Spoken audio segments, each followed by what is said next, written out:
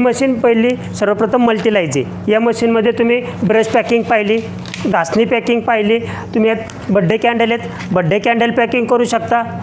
परत मसाला कार्ड येते, मसाला card packing करू शकता.